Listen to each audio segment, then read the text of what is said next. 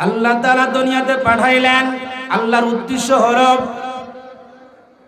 বান্দা দুনিয়াতে যাবে, আমার ইবাদত বندگی করবে, আমার দাসত্ব করবে। আল্লাহ এই ছিল উদ্দেশ্য।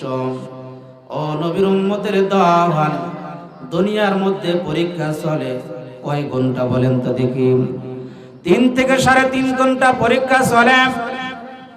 এই পরীক্ষায় কোন ছাত্র যদি ফেল যায়, আবার সামনে বছরে পরীক্ষা দেওয়ার সুযোগ আছে না নাই? আল্লাহ তাআলা আমাকে আপনাকে দুনিয়াতে পাঠাইলেন রে মুসলমান, আল্লাহর গোলাম। পরীক্ষার হল, দুনিয়াটা একটা পরীক্ষার হল। এই দুনিয়াতে আসলাম, কি কাজ করতে হবে, কি পরিহার করতে হবে, সব কিছু ওপেন বলে দিয়েছেন যে এই কাজ করো, এই কাজ করলে মৃত্যুর পর তোমার স্থান হবে জান্নাত। কিন্তু আমাদের যে চলাফেরা, আমাদের কথাবার্তা, আমাদের যে অবস্থা, মনে হয় আমরা মরব না। আল্লাহ তাআলা আমাদেরকে অনর্থক ভাবে কি সৃষ্টি করেছে নাকি? অনর্থক ভাবে সৃষ্টি করে নাই। আল্লাহ বলেন, আফা হাসিবতুম আন্নামা খালাকনাকুম আবাসাম ওয়া আন্নাকুম ইলাইনা লা তুরজাউন।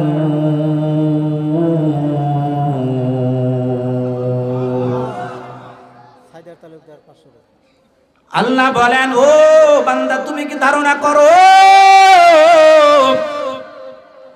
আমি তোমাকে অনর্থক ভাবে সৃষ্টি করেছি? তুমি কি আমার কাছে ফিরে আসবে না?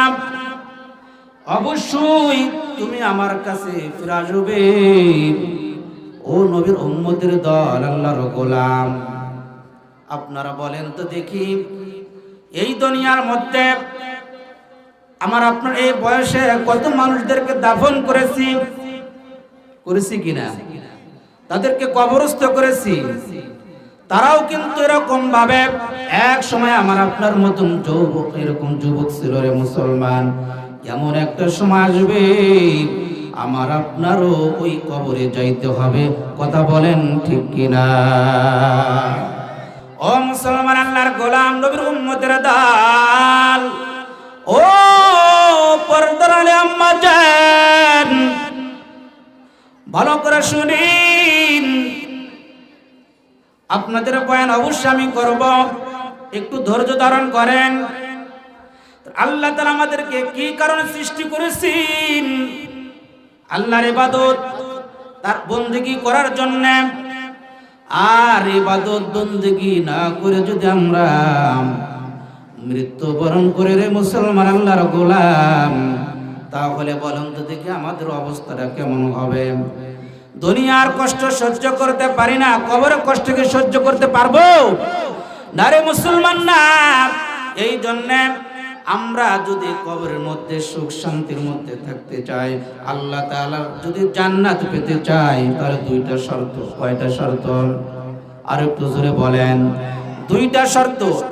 আল্লাহ বলেন, ইন্নাল্লাযীনা আমানু ওয়া আমিলুস সালিহাতি কানাত লাহুম জান্নাতুল ফিরদাউসি নুজুলা।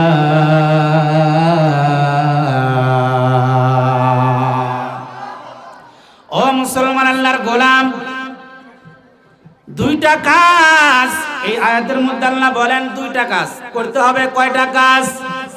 আরো জোরে বলেন। 2টা কাজ করতে হবে। 1 নাম্বার কাজ, ঈমান আনতে হবে। কার? আল্লাহর প্রতি ঈমান আনতে হবে। ইন্নাল্লাযীনা আমানু, আল্লাহর প্রতি ঈমান আনতে হবে। লা ইলাহা ইল্লাল্লাহু মুহাম্মাদুর রাসূলুল্লাহ। কাশনাতপুরের এক আল্লাহর বান্দা শফি হাজী সাহেব 500 টাকা আল্লাহ দান করেছে। আল্লাহ দানকে আপনি কবুল করেন। মা বাবা সুন্দর কবরস্থ হয়েছে। আল্লাহ তাদের কবরখানা জান্নাতের বাগান বানায়া দেন, আমিন বলেন। এক নাম্বার কাজ, ঈমান আনতে হবে। ঈমান অনেক বড় একটা সম্পদ। মুনাফিকি ঈমান আনলে হবে না। এই কালেমা এমন একটা সময় ছিল যখন এই কালেমা পড়লে তার উপর নির্যাতন অত্যাচার হইত, কথা কোন ঠিক কিনা? এই কালেমা পড়ার কারণে 10 জন সকল সাহাবী জান্নাতি, কিন্তু 10 জন সাহাবী এই দুনিয়া থেকে সার্টিফিকেট নিয়ে মৃত্যুবরণ করেছে। সুবহানাল্লাহ বলেন। এই কালেমা গ্রহণ করার কারণে আমার বাবা মুসলমান, দাদা মুসলমান, মুসলমানের কোনো সন্তান, ও মুসলমান, আল্লাহর গোলাম, নবীর উম্মতের দল, আল্লাহ তাআলা আমাকে আপনাকে কত সুন্দর চেহারা দান করেছেন। আল্লাহ তাআলা আমাকে আপনাকে কথা বলার শক্তি দিয়েছেন, বাক শক্তি দান করেছেন, কত সুন্দর চেহারা দান করেছেন। কিন্তু এই চেহারার কোনো দাম নাই যদি আপনার ভিতরে যদি ঈমান না থাকে, কথা কোন ঠিক কিনা?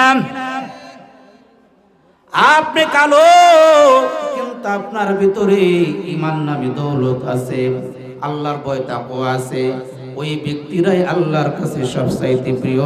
চিৎকার মেরে বলুন না সুবহানাল্লাহ। হযরত বেলাল রাদিয়াল্লাহু তাআলা আন, উনি কেমন ব্যক্তি আল্লাহর বান্দা ছিলেন? যেই বেলাল বিশ্বনবী মুহাম্মদুর রাসূলুল্লাহ সাল্লাল্লাহু আলাইহি ওয়াসাল্লাম মিরাজের রাতে বিশ্বনবী সাল্লাল্লাহু আলাইহি ওয়াসাল্লাম যখন জান্নাতের মধ্যে ভ্রমণ করতেছেন, ওই জান্নাতের মধ্যে হযরত বেলাল রাদিয়াল্লাহু তাআলা আনহু উনার হাঁটার শব্দ বিশ্বনবী সাল্লাল্লাহু আলাইহি ওয়াসাল্লাম শুনতে পাইছেন। এমন কি আমল করেছেন যে আমল করার কারণে হযরত বিলাল রাদিয়াল্লাহু তাআলা আনহু আল্লাহ তাআলা এত সম্মান, এত মর্যাদা দান করেছেন, সে আমল শোনা দরকার আছে না নাই? অবশ্যই হাতের মধ্যে রেখে দিলাম, অবশ্যই বলবো কি আমল করার কারণে বিশ্বনবী মুহাম্মদুর রাসূলুল্লাহ সাল্লাল্লাহু আলাইহি ওয়াসাল্লাম ওই জান্নাতের মধ্যে হযরত বিলাল রাদিয়াল্লাহু তাআলা আনহুর এরকম পায়ের শব্দ শুনতে পাইলেন। এই আমলটা অবশ্যই আমি আপনাদেরকে বলবো। হযরত বিলাল রাদিয়াল্লাহু তাআলা আনহু এত দামি হলেন, তার কারণটা কি? যেই বিলাল দেখতে তেমন ভালো না, কালো, তার চামড়াটা কালো, তার ঠোঁটটা ছিল মোটা। একটা মানুষের অসৌন্দর্য হওয়ার জন্য যা যা আলামত সব কিছু তার মধ্যে রয়ে গেছে। ও মুসলমান, আল্লাহর গোলাম, তার নাকটা ছিল মোটা, এমন কালো।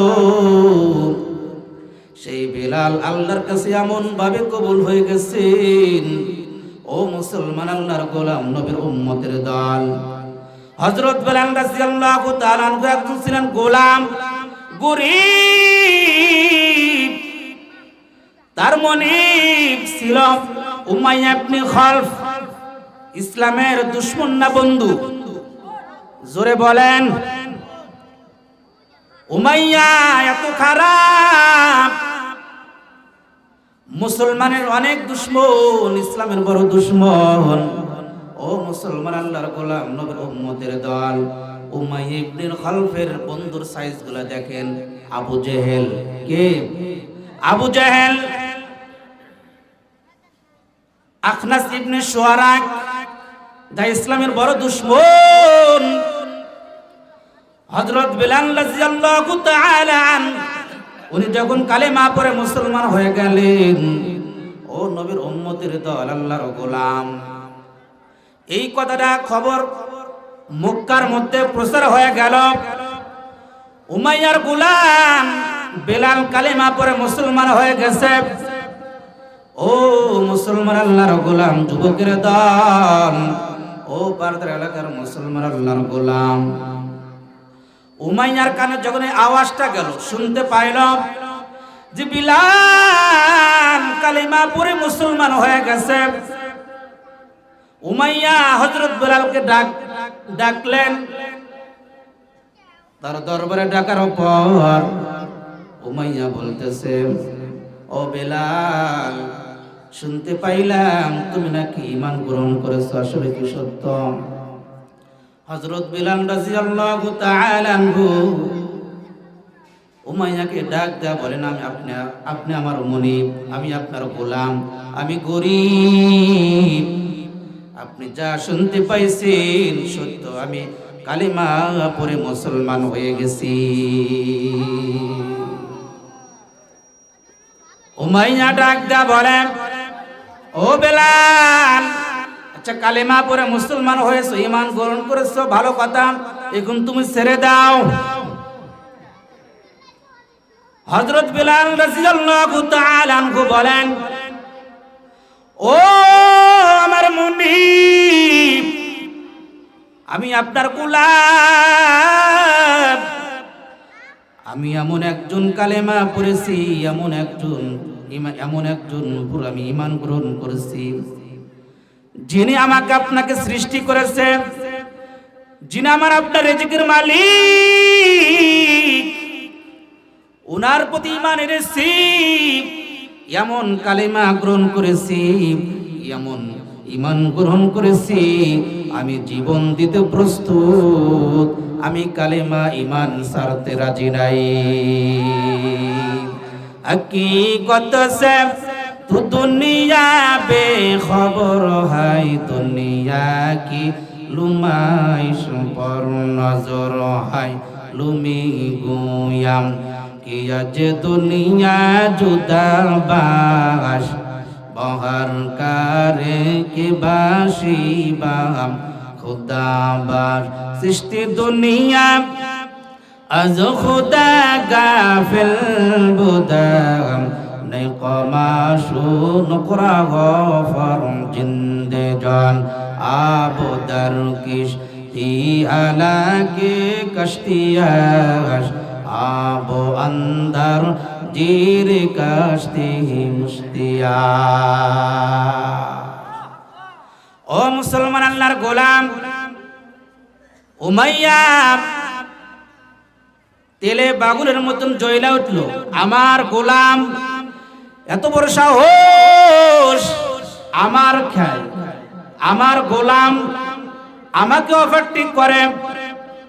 আবার বলতেছি, বিলাল এখনো সময় আছে, তুমি কালেমা ছেড়ে দাও, ঈমান ছেড়ে দাও। ঈমান যদি কালেমা না ছাড়ো, ঈমান ছাড়তে যে কাজ করা দরকার আমি কিন্তু সেই কাজ করতে আমি প্রস্তুতি গ্রহণ করব।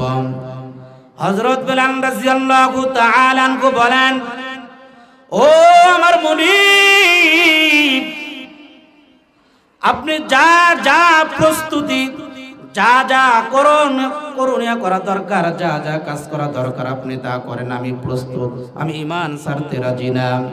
ও মুসলমান আল্লাহর গোলাম, নবীর উম্মতের দর, ও পর্দার আম্মা জান, দেখেন দুইটা চোখের পানি পরে কিনারে মুসলমান। উমাইয়া একদল যুবকদেরকে ডাকলাম, ও যুবক, তোমাদের কাজ হলো, তোমাদের চাকরি, এই বিলাল ঈমান গ্রহণ করেছে, এই বিলালের মুখ থেকে এই আহাত কালেমা কিভাবে ছাড়তে হয় সেই কাজ তোমরা করো। তোমাদের এই কাজ ইতিহাসের মধ্যে লেখেন। ও মুসলমান আল্লাহর গোলাম, ওই নিষ্ঠুর যুবকের দান হযরত বিলাল রাদিয়াল্লাহু তাআলা আনহুর উপরে এত অত্যাচার, এত নির্যাতন, সারাদিন প্রহার করে, মারধর করে।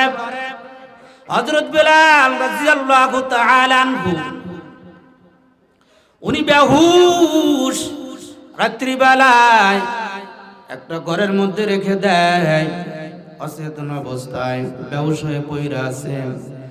ইতিহাসের মধ্যে লেখেন, হযরত বিলাল রাদিয়াল্লাহু তাআলা আনহু যখনই ওনার জ্ঞান ফেরে, তখন এরকম আল্লাহ আল্লাহ জিকির করে, আহাদ আহাদ আহাদ আহাদ বলে জিকির করে।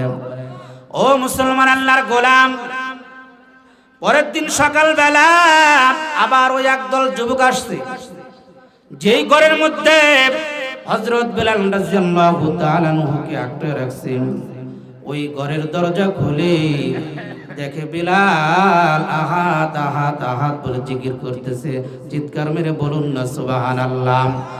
ও মুসলমান আল্লাহর গোলাম, নবীর উম্মতের দল, ওই যুবকের দল হযরত বেলাল রাদিয়াল্লাহু তাআলা আনহু ওনার গলার সাথে গামছা পেঁচাইলো। গামছা পেঁচাইয়া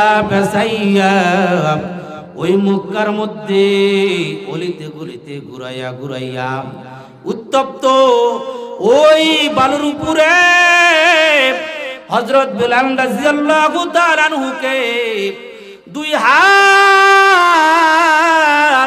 টান করে, ও মুসলমান আল্লাহর গোলাম, দুই হাতের মধ্যে এরকম প্যারাক ঢুকাইয়া দিল।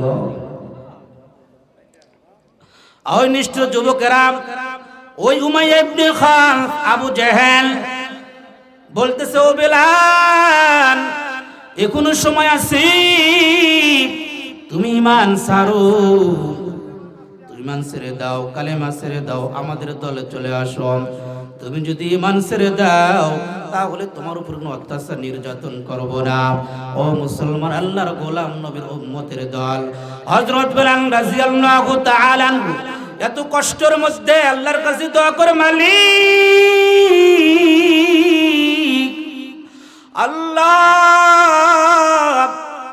আমার এত কষ্ট, আমার কোনো আফসোস নাই, আমার কোনো কষ্ট নাই, আপনার কাছে দরখাস্ত করে রে মালিক, আমার কষ্ট হয়, আমার অত্যাচার এত নির্যাতন, আমার কোনো কষ্ট নাই, আমি যেন বেঈমানদার হয়ে যেন আমি না মৃত্যুবরণ করি।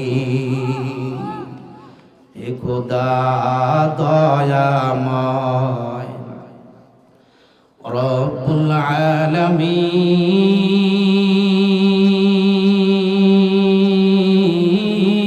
আলামিন, জীবনে মরণে ভয় কি হবে সেদিন, হে খোদা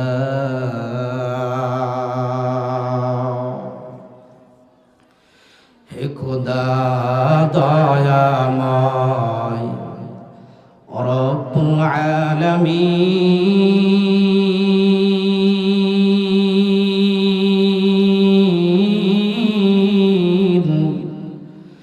জীবনে মরণে ভয় কি হবে সেদিন, হে খোদা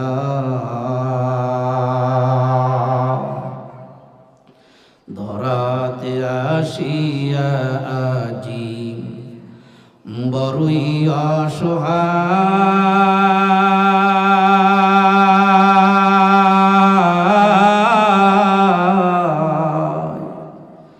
ইহকালের মায়া জালে অন্ধ যে সবাই,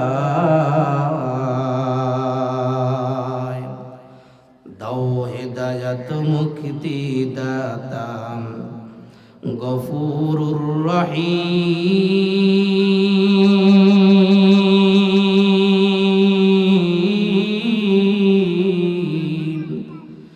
জীবনে মরণে ভয় কি হবে সেদিন, হে খোদা হে খোদা দয়াময় রব্বুল আলামিন,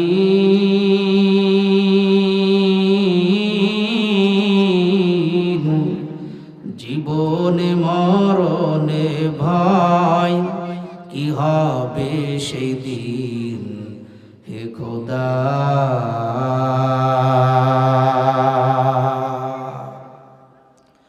ও মুসলমান আল্লাহর গোলাম, নবীর সাহাবী তাদের ঈমান, হযরত বিলাল রাদিয়াল্লাহু তাআলা আনহু বলেন, আমি জীবন দিতে প্রস্তুত, আমি ঈমান ছাড়তে রাজি না। এরকম ভাবে মুসলমান আল্লাহর গোলাম, লম্বা ইতিহাস। ওই পথ দিয়ে 4 খলিফার প্রথম খলিফার নামকে বলেন তো দেখি? হযরত আবু বকর। উনি যাইতেছিলেন, উনি লক্ষ্য করে দেখেন অনেক লোকের সমাগম। হযরত আবু বকর সিদ্দিক রাদিয়াল্লাহু তাআলা আনহু চলে গেলেন। যাওয়ার পর হযরত আবু বকর সিদ্দিক রাদিয়াল্লাহু তাআলা আনহু লক্ষ্য করে দেখেন হযরত বিলাল রাদিয়াল্লাহু তাআলা আনহুকে এমন ভাবে অত্যাচার, 2 হাত টান করে 2 হাতের মধ্যে প্যারাক ঢুকিয়ে দিয়েছে, বুকের উপরে এরকম মারধর করতেছে যুবকেরা। হযরত আবু বকর উমাইয়াকে ডাক দিয়ে বলেন, উমাইয়া, একজন মানুষকে কি এইভাবে অত্যাচার করতে পারে? একজন মানুষকে এইভাবে নির্যাতন করতে পারে? ও মুসলমান আল্লাহর গোলাম। উমাইয়া ডাক দেয়া বলে, আবু বকর, মায়া কান্না করে লাভ নাই। তোমার যদি এত দরদ থাকে তাহলে এই বিলালকে আমার কাছ থেকে তুমি আমার যে টাকা দিয়ে, যে সম্পত্তি আমি খরিদ করেছি তার ডবল সম্পদ দিয়ে আমার কাছ থেকে তুমি খরিদ করে নিয়ে যাও। হযরত আবু বকর সিদ্দিক রাদিয়াল্লাহু তাআলা আনহু উনি আর দেরি করলেন না, একটা দৌড় মারলেন বাড়িতে গিয়ে যত সম্পদ ছিল সব সম্পদ উমাইয়াকে দিয়ে বলতেছে, বিলালকে আমার কাছে দিয়ে দাও। ও মুসলমান আল্লাহর গোলাম, হযরত আবু বকর সিদ্দিক রাদিয়াল্লাহু তাআলা আনহু হযরত বিলাল রাদিয়াল্লাহু তাআলা আনহুকে উমাইয়ার কাছ থেকে আজাদ করে নিয়ে এক টান দিয়ে বিশ্বনবী মুহাম্মদুর রাসূলুল্লাহ সাল্লাল্লাহু আলাইহি ওয়াসাল্লাম দরবারে নিয়ে বললেন, ইয়া রাসূলুল্লাহ, ইয়া হাবিবাল্লাহ, এই দেখেন আপনার সাহাবী বিলালের অবস্থাটা দেখেন। আপনি একটু লক্ষ্য করে দেখেন ওই নিষ্ঠুর উমাইয়া কত নির্যাতন, কত অত্যাচার করেছি। আমি ওই উমাইয়ার কাছ থেকে যে সম্পদ দিয়ে বিলালকে খরিদ করেছিল তার ডবল সম্পদ দিয়ে আমি উমাইয়ার কাছ থেকে আজাদ করে নিয়ে আসি। ইয়া রাসূলুল্লাহ, ইয়া হাবিবাল্লাহ, আপনি সাক্ষী থাকেন, আমি বিলালকে আল্লাহর রাস্তায় আমি আজাদ করে দিলাম। চিৎকার মেরে বলুন না সুবহানাল্লাহ। ও মুসলমান আল্লাহর গোলাম, আরো অনেক কথা ছিল রে মুসলমান। তাহলে এই যে সম্পদের মালিক কে? আরো জোরে বলেন। ও মুসলমান আল্লাহর গোলাম, আল্লাহ তাআলা আমাকে আপনাকে সম্পদ দিয়েছেন। এই সম্পদে আল্লাহ তাআলা আমাকে আপনাকে পরীক্ষা করতে পারেন, কথা কোন ঠিক কিনা? দেখুন সাহাবারা সম্পদ আল্লাহর রাস্তায় ব্যয় করেছেন। যুদ্ধের ময়দানে আবু বকর কত সম্পদ দিয়েছেন, খলিফাতুল মুসলিমিন হযরত ওমর রাদিয়াল্লাহু তাআলা কত সম্পদ দিয়েছেন। মহিলাদের মধ্যে আপনি যান, মা খাদিজাতুল কুবরা রাদিয়াল্লাহু তাআলা আনহা, উনি মক্কার মধ্যে অনেক ধনী ছিলেন। বিশ্বনবী মুহাম্মদুর রাসূলুল্লাহ সাল্লাল্লাহু আলাইহি ওয়াসাল্লামের সাথে যখন বিবাহ বন্ধন হয়ে গেলেন, ওনার যৌবন, ওনার সম্পদ যা আছে সব কিছু ইসলামের জন্য দান করে দিলেন। সুবহানাল্লাহ। ও মুসলমান আল্লাহর গোলাম, সেই আল্লাহর ঘর মসজিদে দান করা দরকার আছে না নাই? ও মুসলমান আল্লাহর গোলাম, আমাদের মতো অনেকেরই মা নাই, অনেকেরই বাবা নাই।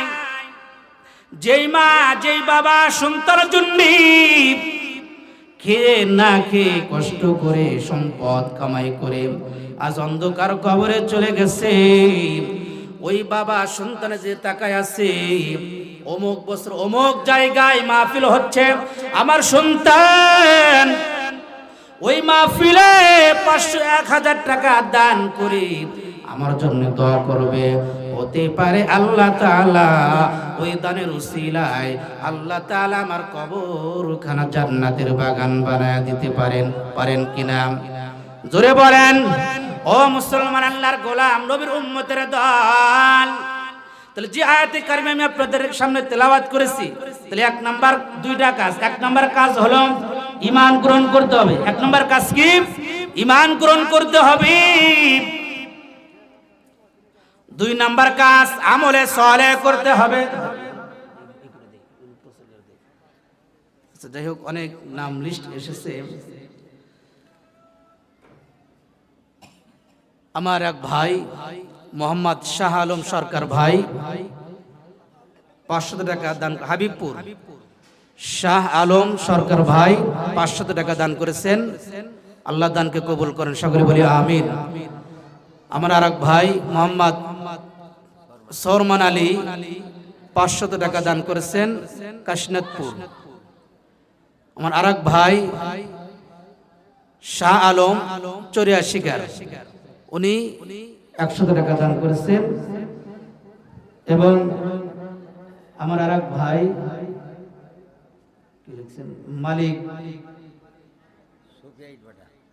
মালিক সুফিয়া ইট ভাটা মোহাম্মদ আব্দুল মজিদ খান, সাবেক সাংগঠনিক সম্পাদক সলঙ্গা থানা শাখা বিএমপি, 5000 টাকা। জোরকন মারহাবা। এবং আমার আর এক ভাই মোহাম্মদ শফিকুল ইসলাম ড্রাইভার ভাই, উনি 100 টাকা দান করেছে। আয় আল্লাহ, আমার যে সমস্ত ভাইজানরা দান করেছে, আল্লাহ 1000 টাকা আমার শফিকুল ইসলাম ভাই ড্রাইভার ভাই 1000 টাকা দান করেছে। আল্লাহ, আয় আল্লাহ, দানকে আপনি কবুল করেন। আয় আল্লাহ, মা বাবা আত্মীয় স্বজন অন্ধকার কবরে চলে গেছে, আল্লাহ আয় আল্লাহ। দ্বিতীয় বক্তার আগমন, দ্বিতীয় বক্তার আগমন মাহফিলের পক্ষ থেকে, মাহফিলের পক্ষ থেকে লিল্লাহে তাকবীর। আয় আল্লাহ, আমার হাতে অনেক ভাই দান করেছি, আয় আল্লাহ দানগুলো আপনার দরবারে কবুল করেন। আয় আল্লাহ, যে আশা নিয়ে দান করেছে, আল্লাহ দানগুলো আপনার দরবারে কবুল করেন।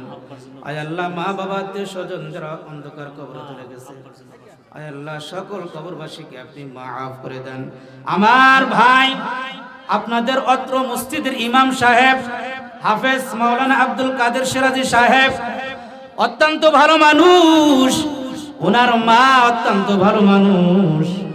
ওনার মা আল্লাহর ঘর মসজিদে 500 টাকা দান করেছে, আল্লাহ দানকে কবুল করেন।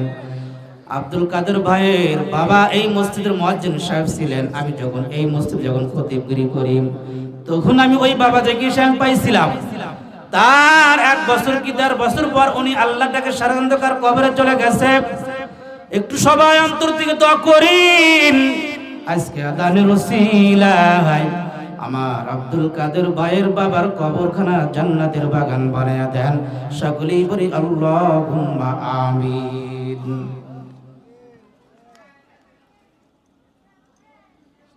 মরহুম মুস্তাফিজুর রহমান চৌধুরী, মরহুম শাহজাহান আলী চৌধুরী, মরহুম আনোয়ারা চৌধুরী মরহুমা দোয়ার দরখাস্ত রইল। 5000 টাকা দান করেছে, আল্লাহ দানকে কবুল করেন, আল্লাহুম্মা আমিন। আয় আল্লাহ, আমার অত্যন্ত মহব্বতে মানুষ, আয় আল্লাহ মরহুম মুস্তাফিজুর রহমান চৌধুরী, মরহুম শাহজাহান আলী চৌধুরী, মরহুমা আনোয়ারা চৌধুরী, তাদের রুহি মাগফিরাতের উদ্দেশ্যে আয় আল্লাহ আপনার ঘরে 5000 টাকা দান করেছে, আল্লাহ দানকে আপনি কবুল করেন। আয় আল্লাহ, আজকে তাদের উসিলায় তাদের কবরকে আপনি কাল কিয়ামত পর্যন্ত জান্নাতের টুকরা বানায়া দেন। আয় আল্লাহ, আপনার যে সমস্ত বান্দারা দান করেছে, আল্লাহ আয় আল্লাহ তাদেরকে আপনি কবুল করেন রে আল্লাহ। আয় আল্লাহ তাদেরকে আল্লাহ জানি মালে আপনি হেফাজত করেন। আয় আল্লাহ বিশেষ করে আল্লাহ এই মাহফিলে আয় আল্লাহ আমার শ্রদ্ধেয় বাবু ভাই আয় আল্লাহ সর্বদা সর্বক্ষণ দোয়া চান। আয় আল্লাহ ওনার বাবা মা অন্ধকার কবরে চলে গেছে, ওনার দাদা দাদি অন্ধকার কবরে চলে গেছে।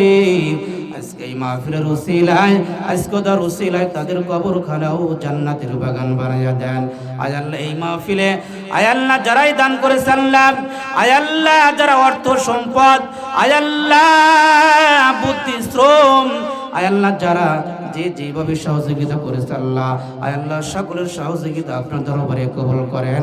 আয় আল্লাহ সকলকে আপনি জানি মালে আপনি হেফাজত করেন। আয় আল্লাহ সকলকে আপনি ঈমান নামে দৌলত নসিব করেন। আয় আল্লাহ সকলকে আল্লাহ সকলকে আল্লাহ ঈমান নিয়ে কবরে যাওয়ার তৌফিক দান করেন। আল্লাহুম্মা আমিন। আমার আব্দুল কাদের ভাইয়ের চাচাতো ভাই দোয়া চেয়েছে আল্লাহর ঘর মসজিদে আল্লাহ 700 টাকা দান করেছে, আল্লাহ দানকে কবুল করেন। যে আশা নিয়ে দান করেছে আল্লাহ সে আশাগুলো আপনার দরবারে কবুল করেন। মা বাবা আত্মীয় স্বজন যারা অন্ধকার কবরে চলে গেছে আল্লাহ আজকে দানের উসিলায় প্রত্যেকটা কবরখানা জান্নাতের বাগান বানায়া দেন। সকলেই বলি আল্লাহুম্মা আমিন। আমার ওই ড্রাইভার ভাই নাকি, এই যে ড্রাইভার ভাই আছে কি এখানে নাই? আচ্ছা ও আচ্ছা কম হয়ে গেছে, ভাই থাকলে বা আর একটা 1000 টাকা নেওয়া যায় তো। যাই আব্দুল তোতা ভাই অত্যন্ত আমার মহব্বতে মানুষ, যেহেতু কাছে নাই 1000 টাকা দান করেছে। ভাই যানবাহনে থাকেন, ব্যবসা বাণিজ্য করে, আর একজন 500 টাকা দান করেছে। দেখো তোতা ভাইকে আল্লাহ দুনিয়ার রোগ শোক বালা মুসিবত যানবাহনে গাড়ি চালান, আল্লাহ তাআলা সর্বপ্রকার বালা মুসিবত থেকে আল্লাহ হেফাজত করেন। সকলে বলি আল্লাহুম্মা আমিন। ওনার মা কিছুদিন পূর্বে মারা গিয়েছেন, আল্লাহ আজকে তার উসিলায় আমার তোদের ভাইয়ের মার কবরখানা জান্নাতের বাগান বানায় দেন। সকলে বলি আল্লাহুম্মা আমিন। বাবা বেঁচে আছে তাকে নেক হায়াত তাইয়্যিবা দান করেন। সকলে বলি আল্লাহুম্মা আমিন। আমার আরেক ভাই 500 টাকা দান করেছে, আল্লাহ দানকে কবুল করেন। আয় আল্লাহ যে আশা নিয়ে দান করেছে আল্লাহ সেই আশাগুলো আপনার দরবারে কবুল করেন। সকলে বলি আল্লাহুম্মা আমিন। মোহাম্মদ আশরাফ আলী কাজল পারধারি কি